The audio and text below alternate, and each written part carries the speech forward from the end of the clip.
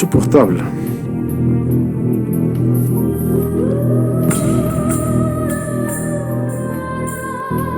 Je suis là dans un cachot. Depuis je ne sais pas combien de temps. Ils m'ont abandonné ici.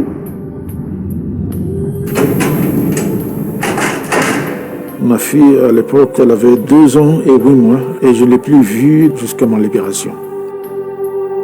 J'ai refusé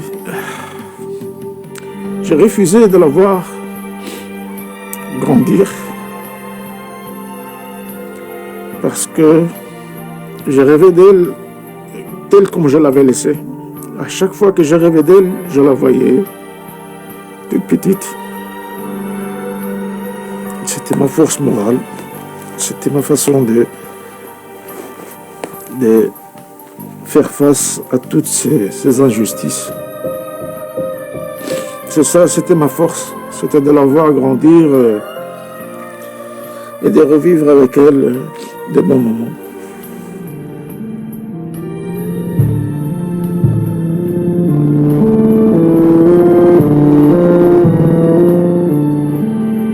Je n'avais aucune arme, donc ça n'a jamais existé. Je n'avais absolument rien à leur dire. Je m'appelle Ali Arras. Je suis né à Melilla. C'est une enclave qui est espagnole. Mes souvenirs d'enfance sont comme tout autre enfant qui a reçu une culture multiple. À Melilla, il y avait des Espagnols, il y avait des Israélites, des Hindous aussi, et la communauté musulmane qui résidait donc à l'époque. Seulement, dans cette époque-là, des années 60, 70, on n'était pas reconnus comme des Espagnols. À la maison, on parle l'espagnol, on est citoyen à Melilla, mais on n'a pas de nationalité. Et j'ai été reconnu comme marocain. J'avais 12-13 ans quand ma maman a dû quitter le pays pour aller chercher un boulot. Et c'est ce qu'elle a fait. Elle a travaillé en Belgique, donc à Bruxelles, pour nous aider à survivre. Et à 15 ans, mes parents, ils étaient divorcés. Il me fallait que je puisse rejoindre ma maman donc en Belgique. C'est là que j'ai recommencé une nouvelle vie très très dure pour un adolescent. À l'époque, je me trouvais sans papier. J'ai dû travailler, bosser dur. J'ai fait multiples boulots, nettoyage, j'ai fait bâtiment, j'ai fait soudure, j'ai fait même dans la charcuterie, des ossages de la viande. Marchand ambulant porte à porte avec des sacs très lourds dans les métros, dans les trams, afin d'avoir ce capital qui m'a aidé à ouvrir donc ce commerce que j'ai ouvert dans les années 80. Une papeterie, et ça a marché un petit peu. J'en étais fier. J'en étais fier surtout après mon mariage. C'est très important, quelqu'un qui puisse me soutenir. Bien sûr, c'était mon épouse qui était là tout le temps. C'était vraiment une autre vie que j'ai dû commencer. J'en suis fier. J'ai servi la Belgique. J'étais un citoyen à part entière. Je me suis jamais senti discriminé. Non, je me suis toujours senti belge. J'étais considéré comme un Belge à part entière. C'était une décision que j'ai prise avec mon épouse et mon père. On est parti, on s'est installé. Je voulais retrouver mes racines. Et puis surtout, mon père que j'aimais tant et que je continue encore à l'aimer du fond du cœur. J'ai ouvert un salon de thé, si on peut appeler ça, une confesserie. L'endroit, il était mal situé, ça n'a duré qu'1 an. J'ai dû, bien sûr, chercher un autre boulot et c'est mon frère qui avait un camion, un petit camion qui transportait tout ce qui est bricaillant, tout ce qui est bâtiment, etc. Il m'a proposé, si tu veux bien, le reprendre parce que lui, il ne pouvait plus conduire. Et voilà, c'est là que tout a surgi. Là, j'ai commencé à vivre une vie vraiment heureuse avec mon épouse et ma fille. Tout cela m'a été volé. Donc j'étais dans mon camion et là, les gardes civils se sont présentés et ils m'ont dit de nous suivre au quartier général pour me poser des questions. Je ne savais pas que j'étais dans leur viseur et je ne savais pas que j'étais poursuivi. Encore aujourd'hui, je n'arrive pas à savoir vraiment les raisons pour lesquelles j'ai été arrêté en 2008.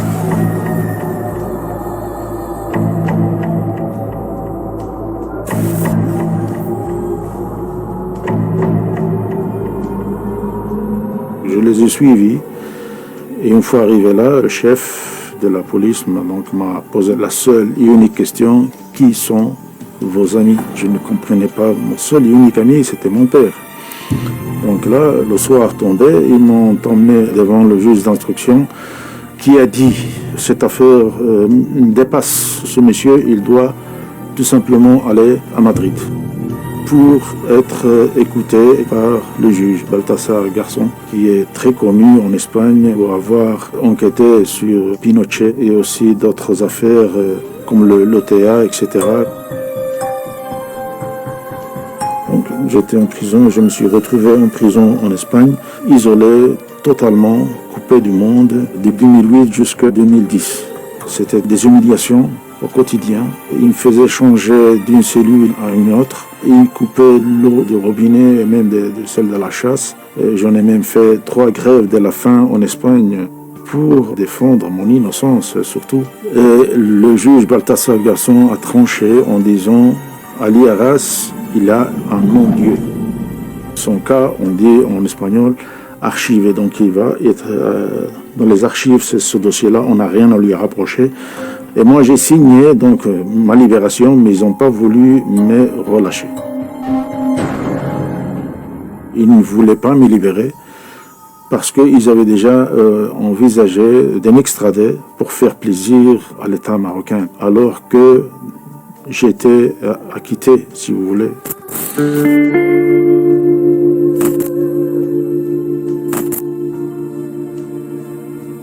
La Belgique n'a pas bougé d'endroit, alors que je leur ai écrit. Il y a eu l'intervention d'Amnesty International.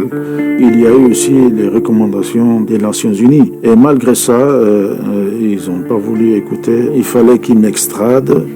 Et ils l'ont fait.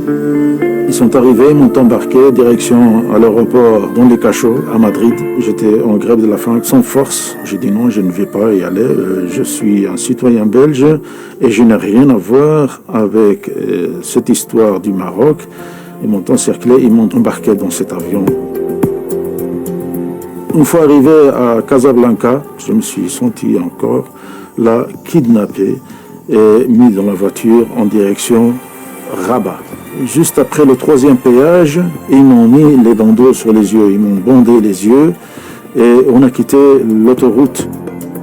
J'ai ignoré où est-ce qu'ils allaient m'emmener. Cette histoire-là, je l'ai racontée à mon avocat à l'époque.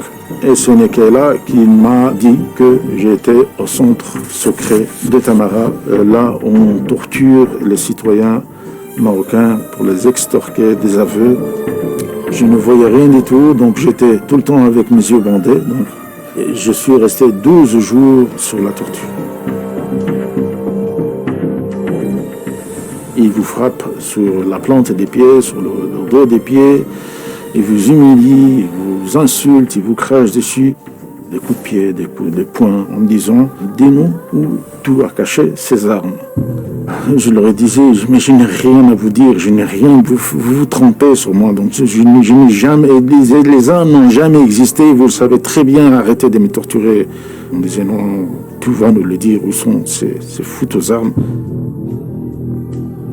Je ne pouvais même pas marcher, je ne pouvais même pas tenir debout. Sur la torture, vous ne pourrez pas résister. Il voulait absolument trouver ces armes coûte que coûte.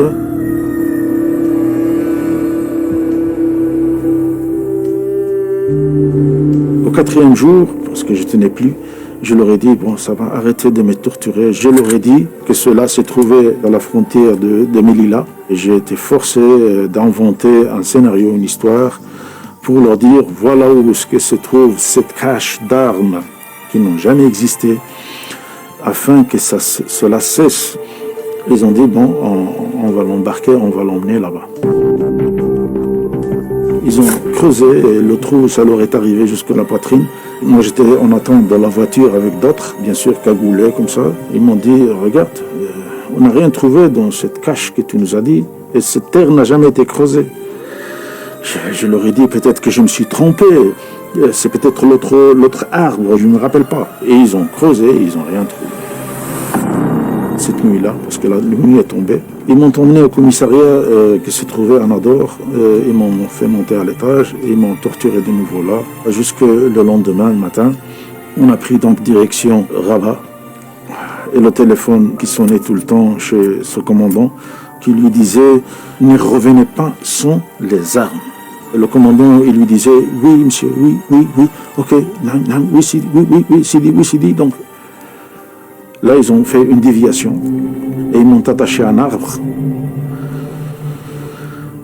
et ils m'ont rabaissé le pantalon. Ils ont introduit un morceau de bois dans mon arrière pour m'humilier. Et là, je leur disais, ne faites pas ça. Mais ils disaient, non, tu vas me le dire, on va t'enterrer vivant ici. Ils m'ont détaché, ils m'ont jeté plein ventre, menotté par derrière. Et puis tout d'un coup, il y a quelqu'un qui s'approche de moi et il arme son arme et il commence à tirer à côté de ma tête avec 3 ou 4 coups. Et il me disait, si tu ne me dis pas où sont les armes, on va t'enterrer ici. Je leur disais, si vous avez l'intention de me tuer, voilà, faites-le seulement parce que moi je n'ai rien à vous dire. Et tout d'un coup, il y a un coup de pied qui est surgi sur ma nuque et là j'ai perdu connaissance. Et en me réveillant, je me trouve avec deux tortionnaires à mes côtés dans la voiture en direction Tamara. Et tout d'un coup, le téléphone encore qui surgit et le capitaine a ordonné à ces deux-là qui étaient à côté de moi pour me maîtriser et me rabaisser le pantalon. Il a surgi par devant le copilote, donc le capitaine, avec un briquet à la main. Et il a tiré mon pénis, il a commencé à le brûler jusqu'à sentir les brûlures dans mon nez, quoi.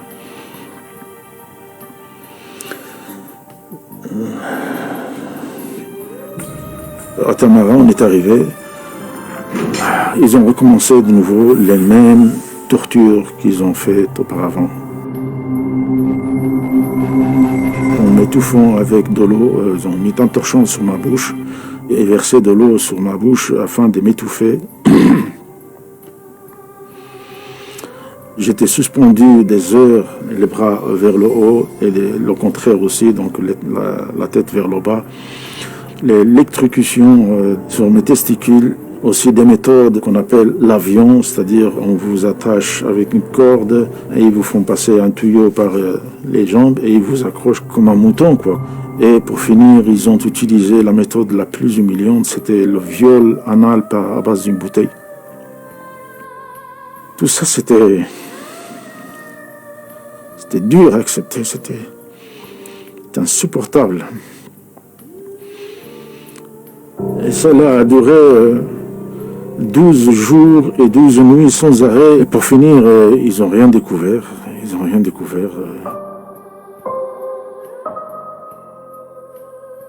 Ils m'ont dit, tu vas monter avec nous à l'étage. Ils m'ont fait asseoir dans un salon majestueux, si on peut dire ça comme ça. Et ils m'ont dit, tu vas regarder devant toi, tu ne regardes ni à gauche ni à droite, on va te retirer le bandeau, tu vas regarder seulement devant toi. Et là, au moment où ils m'ont retiré, la première chose que j'ai aperçue, c'était la photo du roi. La photo du roi Mohamed VI, qui était juste devant moi. Et ils m'ont fait descendre donc le bandeau. Ils m'ont fait descendre et m'ont jeté dans cette cellule sale du sang sur les murs, par terre. La seule chose que j'ai fait, c'était tomber plat ventre et je n'ai plus bougé.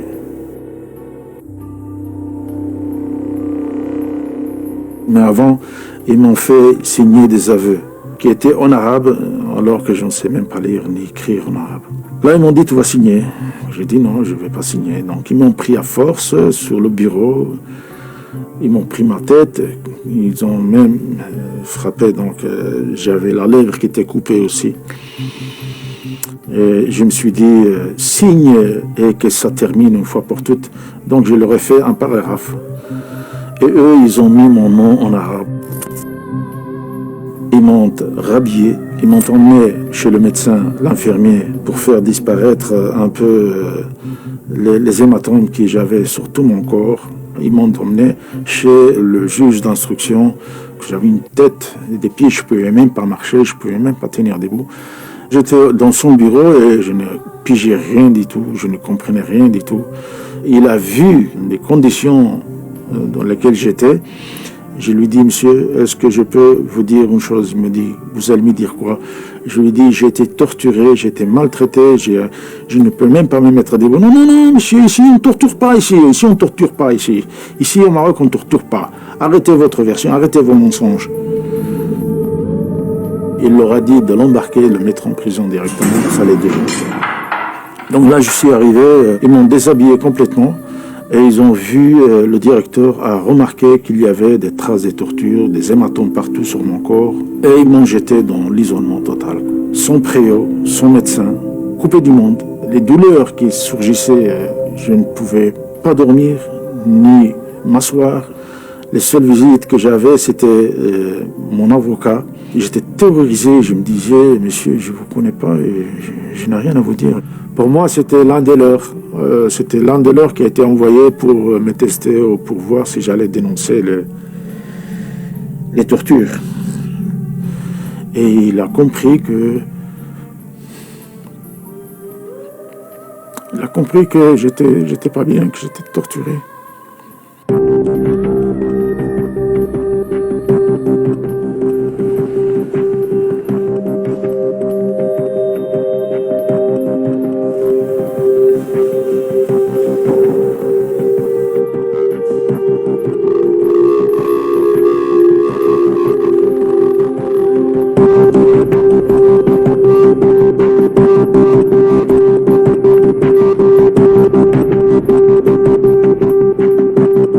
C'est à partir de là que tout a changé. Il y a eu la visite en 2012 par le rapporteur spécial des Nations Unies contre la torture avec son médecin légiste. Ils ont découvert des traces, des brûlures sur mes testicules. Ils ont vu qu'il y avait dans mon anus une déchirure. Il y avait même des traces des brûlures de cigarettes et ils ont vu des traces aussi sur mes genoux et sur mes bras. Tout cela a été approuvé par le rapporteur spécial Juan Mendez qui a fait son rapport. Et à partir de là, les représailles commencent et se sont acharnées contre moi.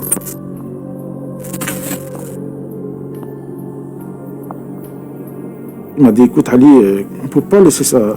Je te propose de te filmer, ça peut être utile. Je suis de nouveau maltraité, torturé. Seulement pour avoir demandé mes droits fondamentaux. Je suis là dans un cachot, depuis je ne sais pas combien de temps. Ils m'ont abandonné ici, avec une nourriture qu'on ne peut pas manger. Cette vidéo-là, elle a été faite en 2012, et elle n'a surgi qu'en 2015. C'était très très dur à faire dévoiler, parce qu'il fallait s'attendre aux représailles. Voilà la liste de tous ceux qui m'ont torturé. À partir de cette vidéo, en octobre 2016, j'ai été transféré à la prison de Tiflet 2. Ils ont vidé tout le couloir où je devais être. Donc, l'isolement total. Maltraité, humilié et avec 2 ou 3 couvertures que j'avais fines, très très fines, sur un gravier par terre. On appelle ça un sommier gravier. Ça, c'est les représailles qu'ils ont faites pour avoir fait cette vidéo.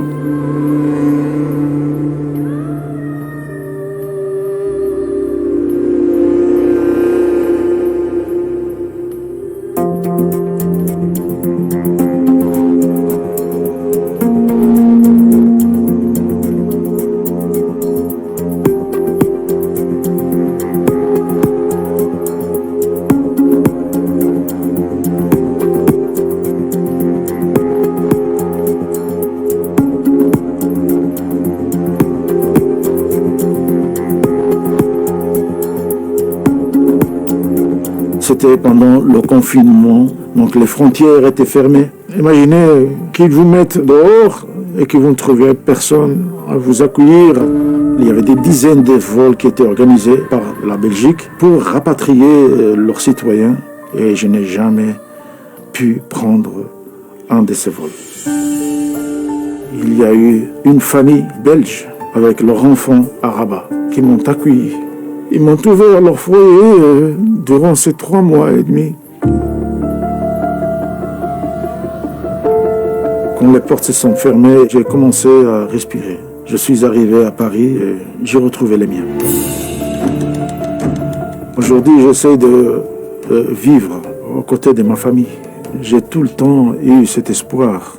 Sortir un jour et rejoindre ma famille et vivre une vie normale.